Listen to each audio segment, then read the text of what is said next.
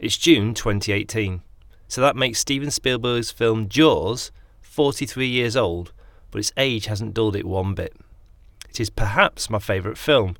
If you haven't seen it yet, shame on you. Stop this right now and go and watch it. The film's iconic suspense came from its masterful editing of suggestion.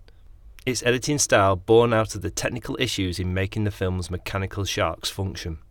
In 1975, nothing like this had ever been seen before, and it signalled the start of the summer blockbuster.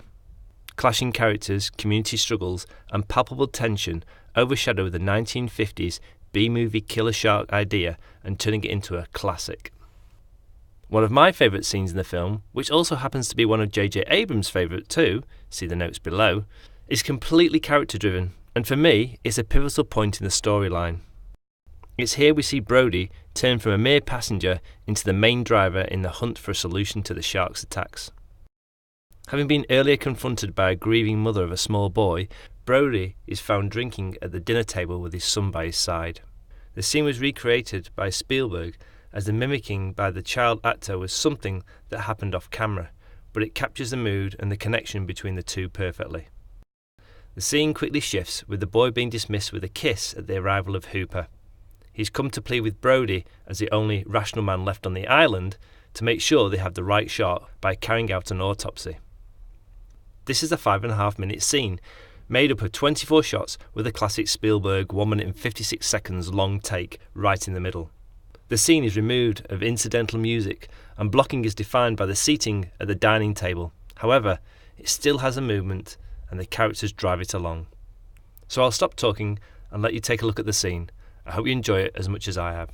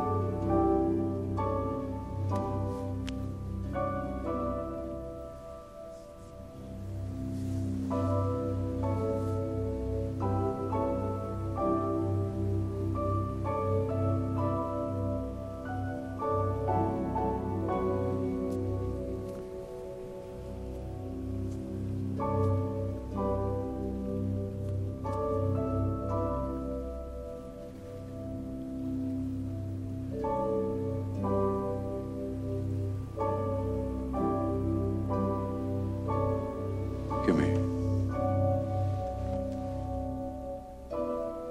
Give us a kiss. Why? Because I need it. Hello? Get out of here. Can I help you? The door was open. Mind if I come in? Matt Hooper. Oh, hi, Ellen Brody. Your husband's home. Yes, I'd he really is. like to talk to him. Yes, so would I. Come in, come in. Can I get you some coffee? Would you No, like no, something no, to no, drink? nothing. Thank you, thank Oh, you. wine. How nice.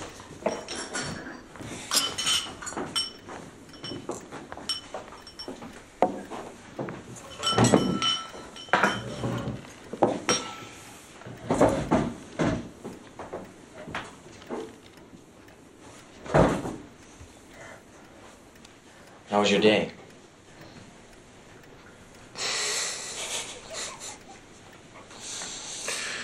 Swell. Yeah. I got red and white. I didn't know what you'd be serving. Oh, that's nice.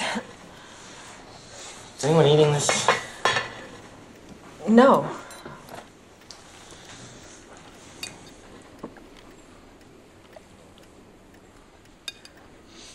My husband tells me you're in sharks. Excuse me. Well, yes, I've never heard it quite put that way, but yes, I am. I love sharks. You love sharks. Yeah, I love them. I love them. When I was 12 years old, my father got me this boat, and I went fishing off of Cape Cod. and I hooked a scup, and as I was reeling it in, I hooked a 4.5-foot baby thresher shark who proceeded to eat my boat. He ate my oar hooks and my seat cushions. He turned an inboard into an outboard, scared me to death, and I swam back to shore.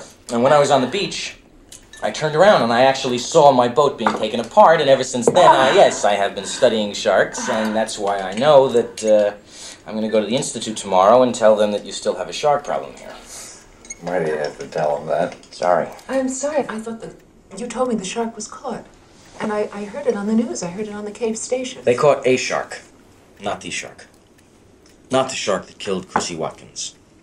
And probably not the shark that killed the little boy. Which I wanted to prove today by cutting the shark open. But you know, you want to let that breathe for... Nothing.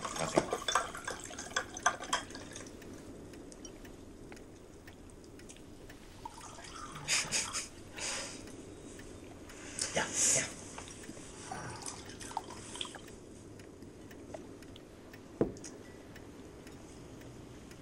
You know, you're going to be the only rational man left on this island after I leave tomorrow. Where are you going?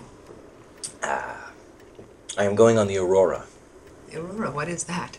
It's a floating asylum for shark fanatics. Pure research, 18 months at sea. Martin hates boats.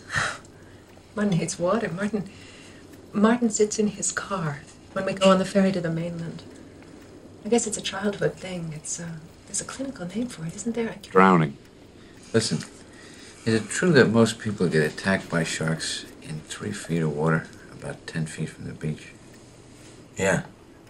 And that before people started to swim for recreation, I mean before sharks knew what they were missing, that a lot of these attacks weren't reported. That's right. Now this shark that swims alone. Rogue. What's it called? Rogue. Rogue. Yeah. Now this guy, he keeps swimming around in a place where the feeding is good until the food supply is gone, right? It's called territoriality. It's just theory that I happen to agree with.